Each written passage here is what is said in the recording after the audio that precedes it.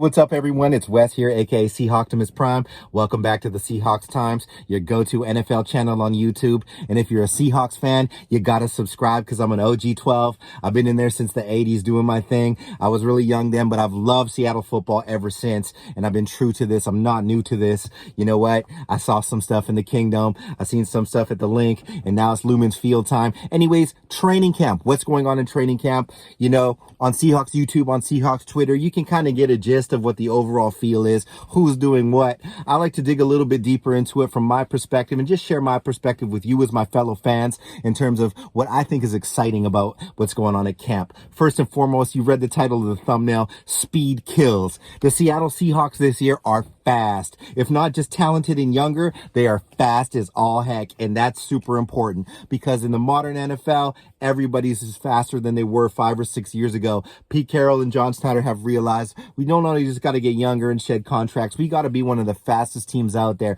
And they've done that. So many of the players are just running 4.3, some even in the high 4.2s and 4.4s on offense and defensive side of the ball. And why do I think that's so critical? Because speed kills. If it just comes down to a simple like route where it's one-on-one with a safety, one-on-one with whoever have you, vice versa, it's so important to be able to either make the tackle or break away, get a first down or get big yardage in yak. And that's the name of the game in today's NFL, where it's faster pace, higher scoring, and it's just all about athleticism. It's a cerebral sport for sure. It's a chess match, but now you got to have both. And that's why you're seeing names like Kobe Bryant just excel in the modern league, because he's underrated in terms of his game speed. So there's like 40 times and there's game speed. And that's what Pete is talking about too. He's not just talking about combine numbers. He's talking about playing fast, and guys are playing fast. Speaking of which, Kobe Bryant is a sensation, a superstar, a Pro Bowl borderline HOF player in the making. If this kid can play 10 to 11 seasons, cornerback is my absolute favorite position. That's the only thing I ever played when I played football. And I was not even a fraction of how dope Kobe Bryant is at the age of whatever he is now. He's everywhere. Swatting stuff from Kobe Parkinson, who's 6'7" and a good player. Tipping balls at a DK hand. These are nice passes. This kid is amazing, and I'm so thrilled that he's a Seahawk. And I've said it before, do not be surprised if he has better PFF stuff than Sauce Gardner in his first week, and that's a year, and that's not a knock on Sauce. Other surprising things in camp. Tariq Smith came out of the gates blazing. I know it's like second, third, wave, but man, that guy is quick off the edge. His combine numbers didn't do him justice, and Pete saw how explosive he was. You got to remember, you don't have to run 40 yards to get to a QB. You just got to get there.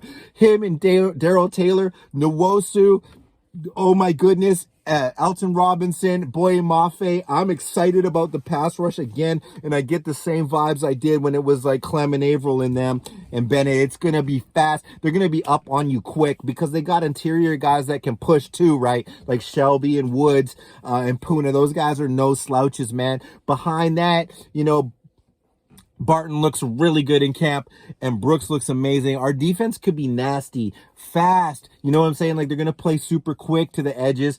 That's awesome. So I think that the emergence of maybe a Tariq Smith, I already feel Nwosu is going to be good. But yeah, that just kind of leads me to my dark horse theory here with the Seattle Seahawks.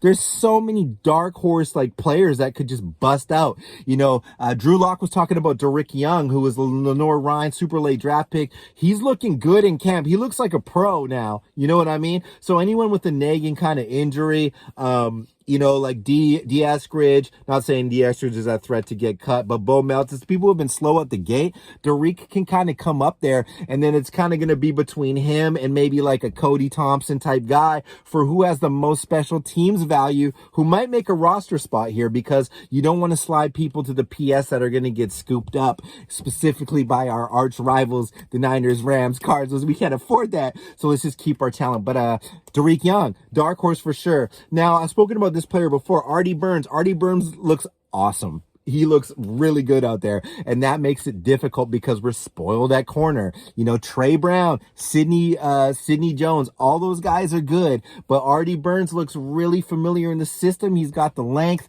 You know, we haven't heard much about Tariq yet. We know Willen's a prospect, but I'm just fascinated with this. Like, who's going to start out there? You know what I mean? Who do you put in the slot? You know, Blair's looking really good. You know, you got to think Coleman is a lock to kind of start there, but is he? We got so much talent. Our secondary is savage and nasty. Don't let the media tell you otherwise. We're going crazy. I'll take Jamal Adams with one finger over 90% of the safeties in the league. Don't get it twisted, you know, and I'm happy that he just decided to play, because that's just, you know, at this point, of course, he has to.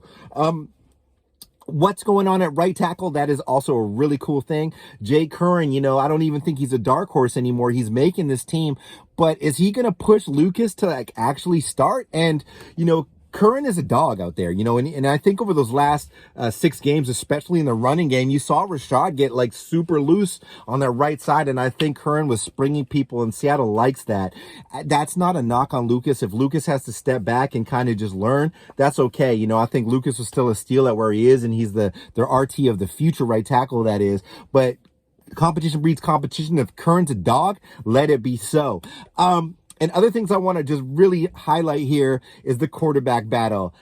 I don't care what anybody says and what the media says. I think Drew is pulling away. I mean, Gino's had some bad plays in camp, you know, and Drew's made some really weird throws and stuff, but he's not throwing any picks. And that was the one knock against Drew, you know, and he's taking his check down. He's just showing maturity game over game. This whole thing is going to come down to the preseason games. It's going to be actually competitive for Seattle. So watch the preseason this year, because while other teams kind of may know what's going on with their roster, Seattle's going to be trying everybody out. It's going to be crazy. It's going to be guys going 150 miles an hour in the third and second string waves, first string. Everyone's going to be going just nuts, balls to the wall, if you will, for lack of better speech.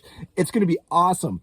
What I love and what I feel right now as a Seahawks fan is, you know, there's always the feeling of losing your veterans and you know, something changing, you know, changing of the guard. Russ and Bob, you know, legends are going to be in the rafters, Hall of Fame, you know, bless them. But what I feel is an excitement that I haven't for a long time. I feel like the Seattle Seahawks are a young, innovative franchise organization again. Whether or not Jody's positioning the team to sell, it doesn't matter. I feel like we're going to be competitive, and I'm going to stick to my guns. If you want to put your money on it that Seattle makes the playoffs with me, don't tempt me, because I might just throw a bet down. Anyways, what do you folks think that is? Who are the dark horse players coming out there? I got to do a specific video for that because it's a whole nother story. But I think there's a lot, and let's just talk about it in the comments. Who are the dark horses? Who's already shining in camp, in your opinion, outside of the obvious? Who's just making plays out there? Any of you that have a chance to go to the VMAC, let me know. Shout outs to all the people that do, and I want to shout out some other YouTube channels as well. Locked On Podcast, awesome. Brandon Nelson, awesome. Brandon the Hawks Nest, awesome. Maddie, all those dudes that do that podcast there. The kid from the UK, he's awesome. Rob Stanton, amazing. I just love all of the community, because to me, it's not about politics. It's about being a Seattle Seahawks fan and just loving and sharing what we feel about the team and our points of view and perspectives. Because at the end of the day, we're cheering for our squad. You know what I'm saying? So I have a completely different perspective than some of these other personalities, and that's cool. But I'm not just doing this just for likes. I'm doing this because I love the Seattle Seahawks. I love talking to them, and my wife won't listen to me about it all the time. Anyways, I love y'all. Make sure to drop a comment, like, and subscribe. Let's get this boy up to 1,000 so I can get monetized and do some giveaways. I don't even care about making a bunch of money. I want to get some cool stuff. You know, maybe give away some tickets, etc. Much love and peace.